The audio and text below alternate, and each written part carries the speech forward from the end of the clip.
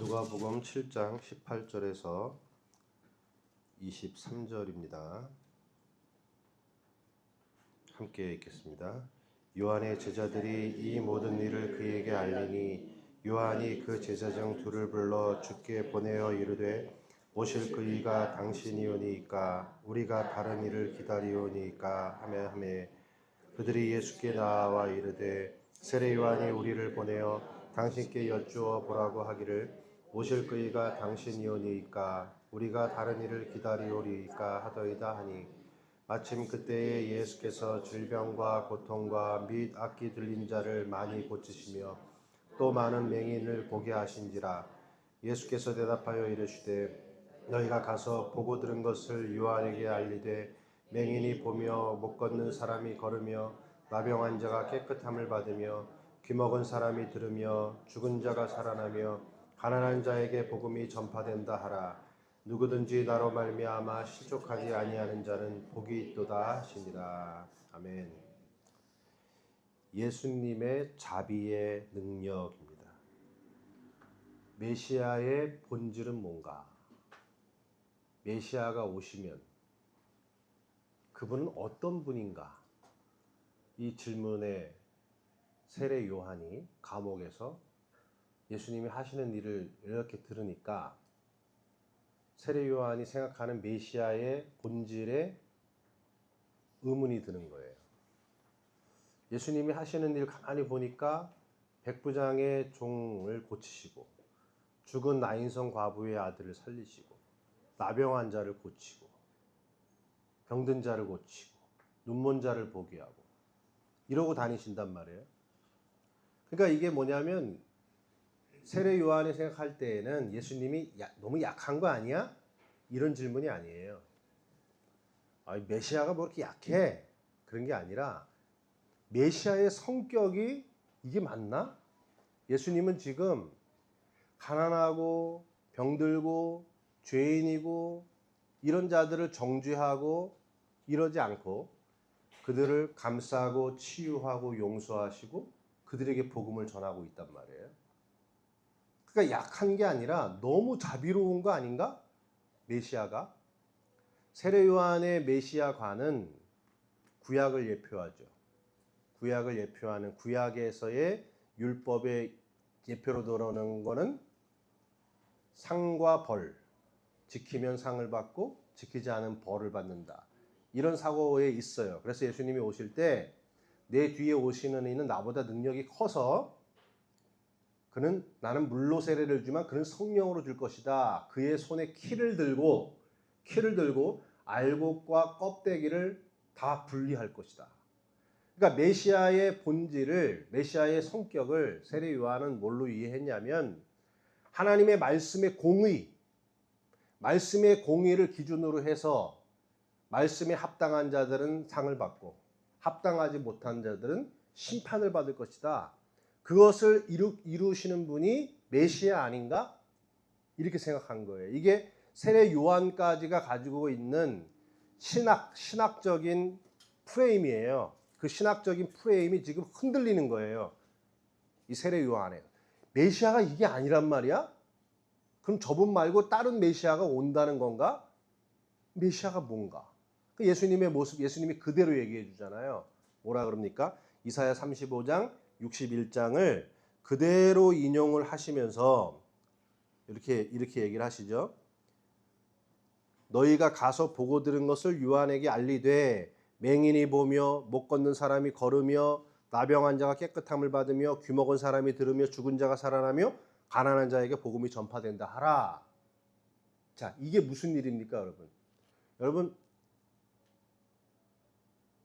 못 걷는 사람이 정상이에요? 걷는 사람이 정상이에요? 걷는 사람이 정상이죠. 보는 자가 정상입니까? 맹인이 정상입니까? 보는 자가 정상이죠. 나병 환자도 정상이 아니죠. 다 뭐예요? 본래에 가지고 있는 형상을 잃어버린 거죠. 보던 자가 보지 못하게 됐어요. 걷던 자가 저는 자가 되었어요. 깨끗하던 자가 우리가 깨끗했는데 나병 환자가 되었어요. 지금 뭐냐면 다 무슨 현상인가? 듣지 못하게 되고 본래 가지고 있던 형상이 망가진 거죠. 그죠? 여러분 핸드폰 쓰다가 핸드폰이 망가졌어요.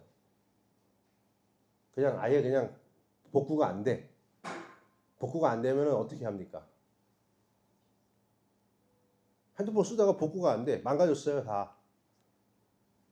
그러면 그동안 나를 위하여 네가 헌신했던 모든 3년간의 모든 노고를 내가 잊지 않고 너에게 너무 감사한다.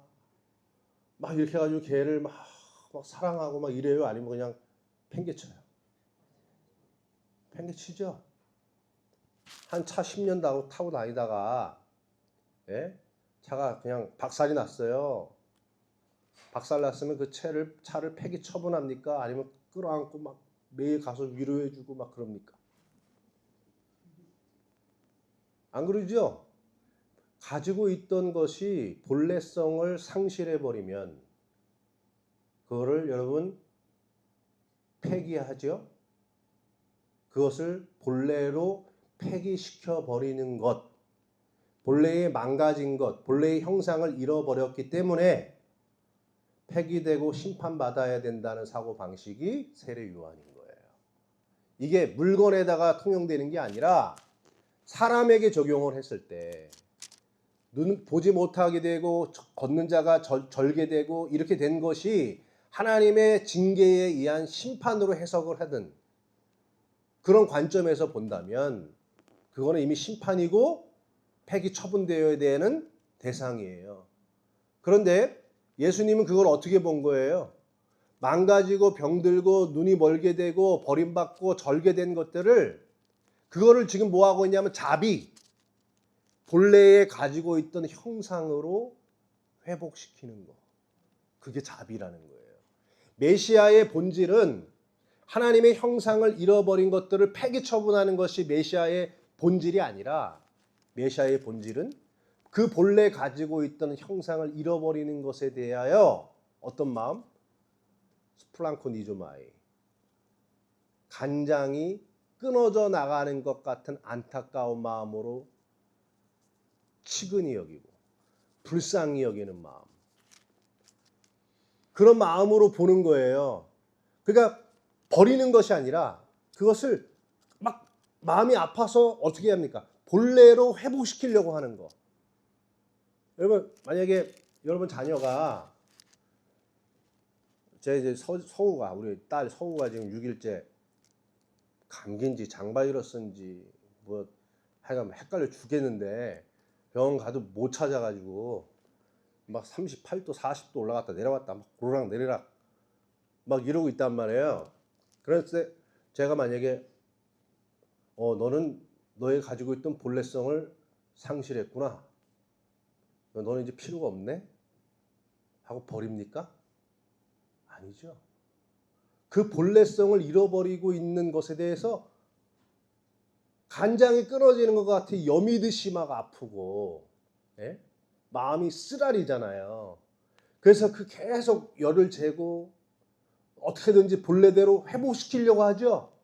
약도 먹이고 오늘 이제 또 소아과 데려가서 뭐 혈액 검사 다 하고 뭐 이제 하고 이래가지고 원래대로 돌아오게 하려고 하는 거, 돌이키게 하려고 하는 거, 그게 뭐냐면 그게 자비예요. 자비. 그래서 이 자비라고 하는 단어 안에는 뭐냐면 여러 단어, 헤세드, 그 다음에 라함, 이런 아주 여러 가지 표현으로 해요. 라함은 자궁이란 뜻이에요. 새끼를 엄마가 자궁 안에 품고 있잖아요. 그 품었을 때 그 새끼를 얼마나 치근히 여기고 사랑합니까? 그 형상을 그대로 간직하고 그 형상을 완전히 실현하게끔 몸과 마음을 추스리면서 안타까워하면서 그걸 키워내는 거. 그게 자비예요. 그래서 모든 구약과 신약의 자비 안에는 보편적으로 흐르는 딱 하나의 이미지가 있어요. 불쌍히 여긴다. 어여삐 여긴다. 왜 불쌍히 여깁니까? 그 형상을 잃어버릴까 봐. 그러니까 지금 예수님의 메시아의 사역은 하나님의 인간을 향한 하나님의 주신 당신의 형상, 당신의 목적이 훼손되는 것에 대하여 불쌍히 여기고 안타까워 여겨서 그 훼손된 인간을 다시 본래대로 회복시키기 위하여 자신의 살과 피를 십자가에 내어주고 그를 회복시키는 사랑. 그게 뭐냐? 그게 자비다. 그게 메시아의 본질이다.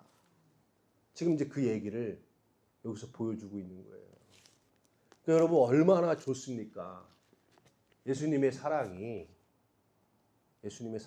나를 향하여 자비의 눈길로, 자비의 마음으로 나를 바라보고 있다는 거. 여러분, 자비가 셉니까? 능력이 셉니까? 아니, 자비가 세요? 힘이 세요? 자, 당장은 힘이 센 것 같아요. 그죠? 저도 우리 서진이한테 뭐 시작해! 그러면은 꼼짝도 못하고 그냥 깨갱 한단 말이에요. 근데 그러면 안 돼. 그것도 이제 몇 번 하면은 벌써 마음을 닫더라고. 그 닫더라고. 그게 느껴져요. 그러니까 힘으로 하면은 금방 잡겠더라고. 근데 마음이 이렇게 닫혀지는 게 느껴지더라고. 인간이란 존재는 힘으로 되는 존재가 아니다. 그래 가가지고 머리를 이렇게 쓰다듬어 주고, 어깨에 이렇게 팔 올려주고, 이렇게 안아주고, 그러면서 볼도 이렇게 만지고, 이렇게 웃어주고, 그러면은 잘 따라와요. 힘이 센 것 같지만 자비가 진짜 강한 것이다. 하나님이 만약에 힘 가지고 세상을 심판하고 정복하려고 했다면 얼마나 쉬웠겠어요. 근데 나는 여호와라 여호와라 노하기를 더디하시고 인자와 자비가 많으시고 노하기를 더디하시고 하는 여호와라. 여호와 하나님의 본질이 뭐냐? 인자와 자비로우십니다. 힘이 아니다. 힘으로 하는 게 아니라 인자와 자비다. 그걸 어디서 얘기하시는 줄 알아요? 두 번째 돌판 10계명 줄 때 10계명을 어겨가지고 우상숭배하고 돌판이 깨졌잖아요. 그 두 번째 돌판을 줄 때 나는 여호와라 여호와라 난 노하기를 더디하고 인자와 자비가 많으신 여호와이시다. 여호와의 본질은 율법을 어겼다고 죽이는 심판하는 것이 여호와의 본질이 아니라 그 본질을 회복시키기 위하여 끊임없이 참고 인내하여 그 형상을 돌아오게끔 만드는 자, 그분이 누구냐? 여호와 하나님이시다. 여러분, 여호와 하나님의 본질이 힘이 아니라 인자라고 하는 증거가 뭡니까? 굉장히 놀라운 증거가 있어요. 그게 뭐예요? 그게 성육신이에요. 뭐하러 전지전능한 분이 인간으로 오셔야 됩니까? 저 하늘 위에서 때리면 되잖아요, 그냥. 능력으로, 힘으로. 근데 인간의 모양으로 오셨잖아요. 우리 안으로 들어오셔가지고 우리와 같은 살과 피를 가지고 우리와 같은 통증과 아픔을 겪잖아요. 그리고 우리가 가지고 있는 질병과 아픔을 그분이 체휼하시잖아요. 그 우리 안으로 와서 하나님의 그 속 넓고 깊은 은혜와 자비를 예수님이 그대로 보여주잖아요. 예수님이 오셔가지고 힘을 보여줬습니까? 자비를 보여줬습니까? 자비를 보여주셨어요. 그러니까 하나님은 능력으로 우리를 구원하시는 분이 아니라 자비로 구원하신다. 가장 강력한 증거가 뭡니까? 가장 강력한 증거가 그 자비로우신 하나님이 육신으로 왔을 때 세상과 사탄은 뭘 이용했냐면 힘으로 예수님을 죽이려고 했잖아요. 힘으로 죽인 게 뭡니까? 힘으로 몰아붙여서 예수님을 죽인 게 그게 십자가예요. 그런데 이게 역으로 뒤집어지잖아요. 그 십자가는 뭐였어요? 결국은 하나님의 자비하심. 힘과 능으로서 세상을 구원하는 것이 아니라 그 힘 앞에 밀려나가는 초라함 같지만 그 십자가가 품고 있는 모든 죄인을 가장 낮은 자의 자리에서 모든 죄인을 십자가의 사랑으로 끌어안아 버린 그 자비가 하나님의 구원의 능력이었다라는 거예요. 우리 인간 세상도 힘이 지배하는 게 아닙니다. 자비가 힘이에요. 왜? 하나님이 세상을 자비로 다스리시기 때문에. 하나님께서 그리스도를 통하여 우리에게 자비로서 우리를 구원하시기 때문에. 여러분 자비로우신 그리스도의 은혜를 체험하시고 그리스도의 자비로우심 같이 우리도 자비로운 삶이 되시기를 주의 이름으로 축원합니다. 하나님 감사합니다. 그리스도의 본질이 힘이 아니라 자비의 능력이었음을 보여주시는 은혜 감사합니다. 그 자비가 우리를 구원하셨듯이 이제 그 주님께서 자비로우심 같이 우리도 우리의 세상 속에서 자비롭게 살아가는 성도들 되게 하여 주옵소서. 예수님의 이름으로 기도했습니다. 아멘.